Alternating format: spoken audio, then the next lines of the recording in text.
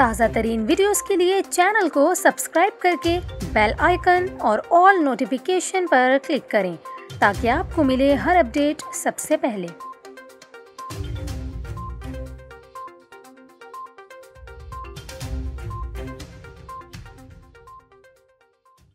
السلام علیکم، آپ دیکھ رہے ہیں نیوز 24/7 اور میں ہوں آپ کے ساتھ کومل خان۔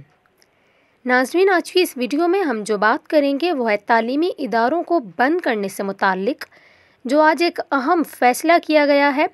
اس کے تحت کن کن شہروں میں تعلیمی ادارے بند ہوں گے، یہ ہم آپ کو اس ویڈیو میں بتائیں گے۔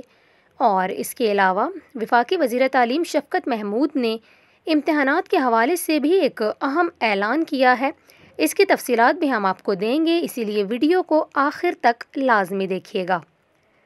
آپ کو بتائیں کہ حکومت نے کورونا وبا کی بڑھتی ہوئی شرح کے پیش نظر مختلف شہروں میں 2 ہفتوں کے لیے تعلیمی ادارے بند کرنے کا اعلان کر دیا ہے، اور اسی حوالے سے وفاقی وزیر تعلیم شفقت محمود نے یہ کہا کہ سندھ اور بلوچستان میں حالات ٹھیک ہیں، لیکن پنجاب، خیبر پختونخوا اور آزاد کشمیر میں مسائل سامنے آئے ہیں۔